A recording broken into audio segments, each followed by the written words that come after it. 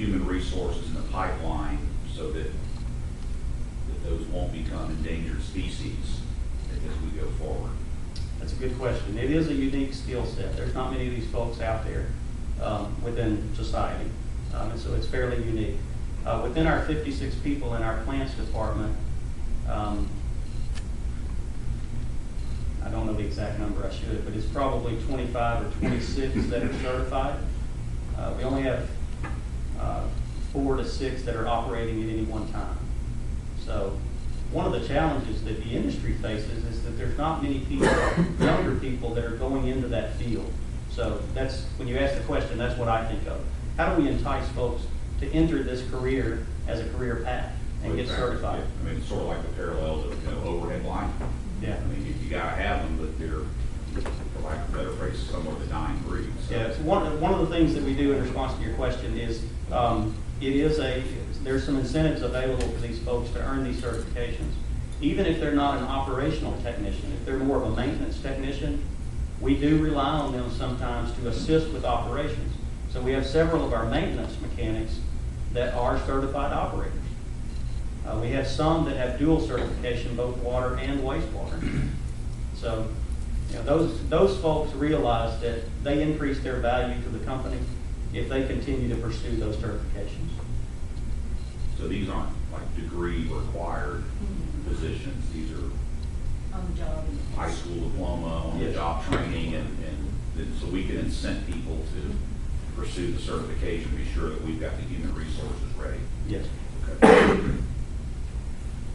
I have one question, Ted. Yes, sir.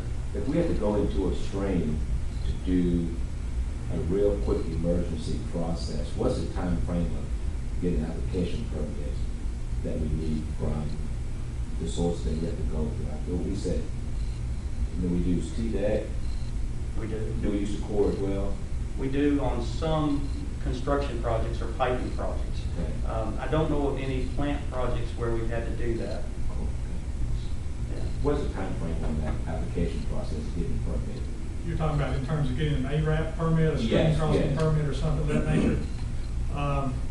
They're pretty good to work with us if it were an emergency basis, but if it were just a routine construction project, we're probably looking at several weeks to a few months to get those permits signed. I know there's some instances, I know it's used to run about 90 days. I was wondering if it was emergency to speed that process up. I can't recall the last time we had what I would consider to be a real emergency, but when we're pressed for time, the regulatory agencies generally work with us pretty well.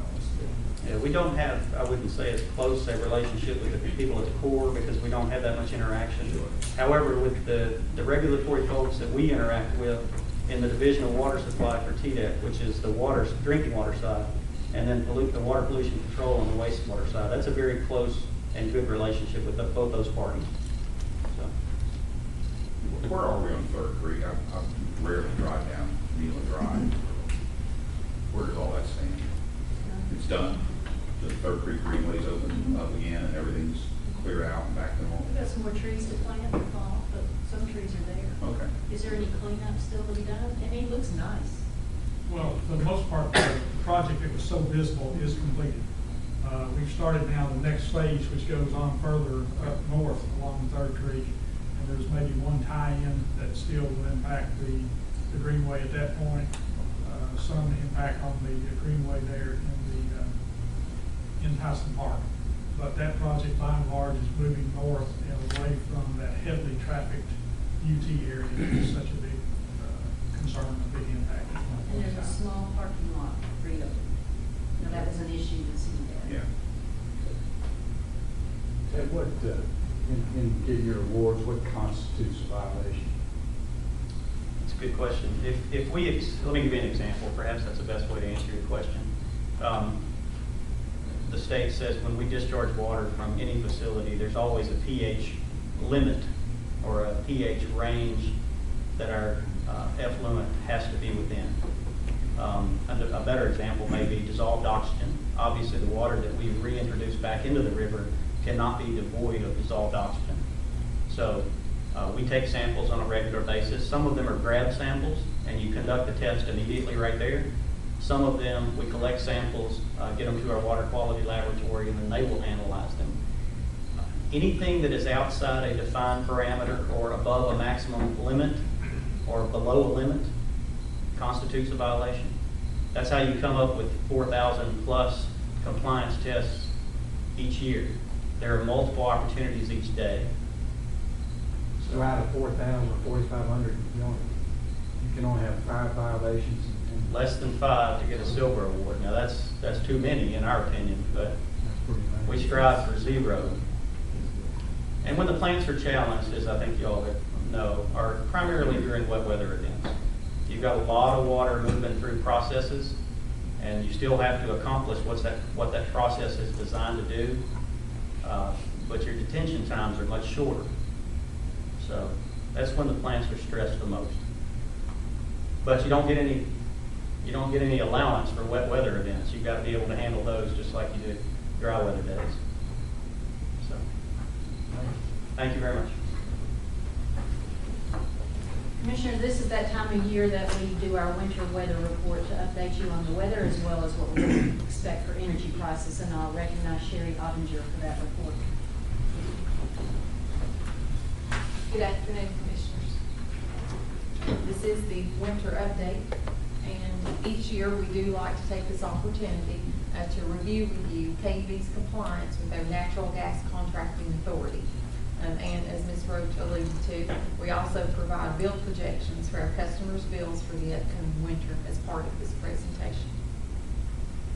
I'm pleased to report to you today that we continue to be in compliance with our natural gas contracting authority.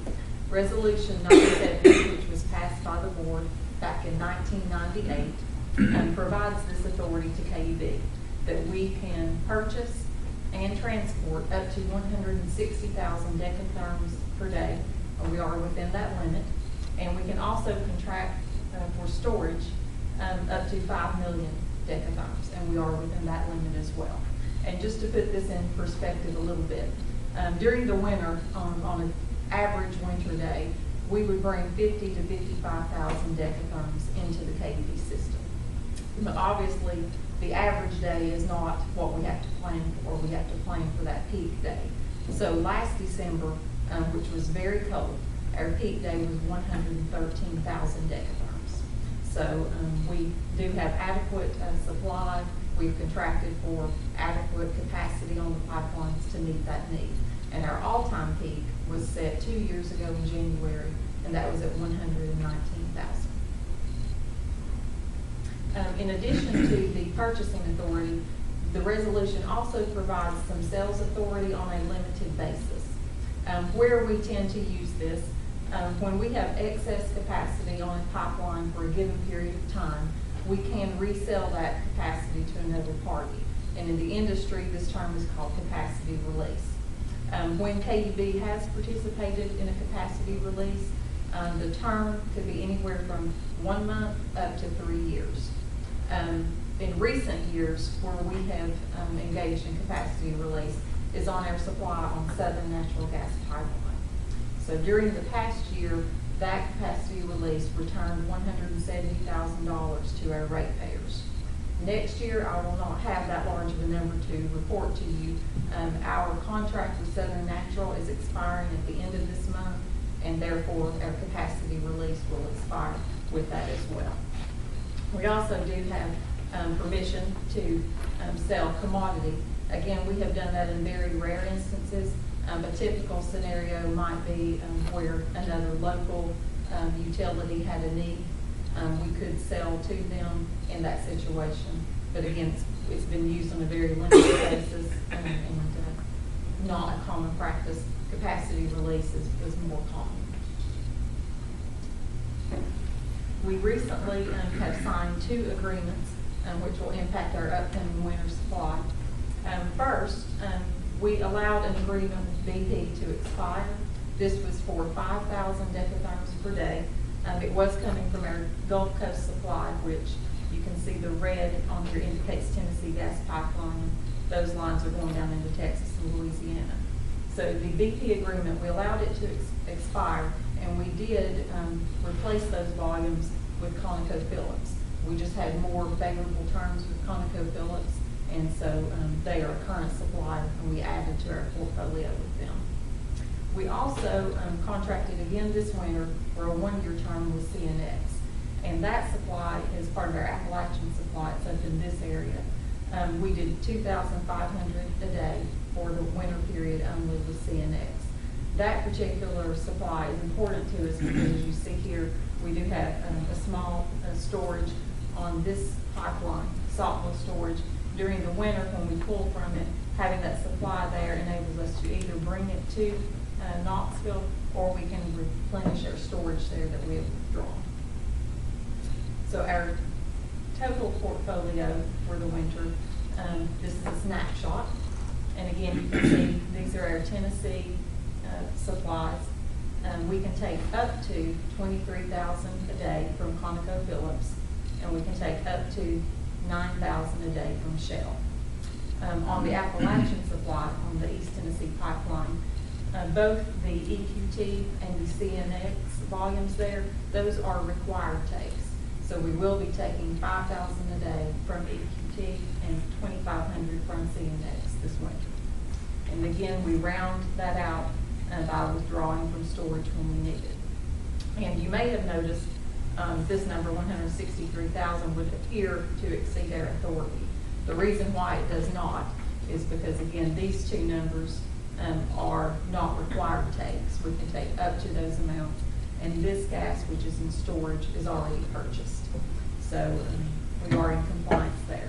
Our storage, again, we have storage on both the Tennessee pipeline and the East Tennessee pipeline, and we can store up to 4.2 million. Currently, we have about 3.6, 3.7 million in storage. We tend not to max that out at this time. Pending what November weather brings, we may have volumes we need to put into storage, so we want to leave a little bit of room there. Storage is a very vital component for us. Each year we bring about 10 million decatherms into the system. 8 million decatherms come in during the winter. So we're obviously very heavily loaded in the winter, and storage is an important part of that. Our natural gas hedging program, there's no new news on this slide. I think you all are aware. Our main goal is to minimize price volatility. For the past couple of years, that has not been as much of an issue.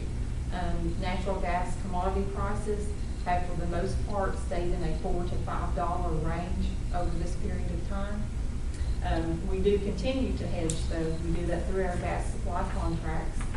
In a typical month, we would execute one price lock, and we would do that for a period anywhere from a 3-month period up to perhaps 12 months.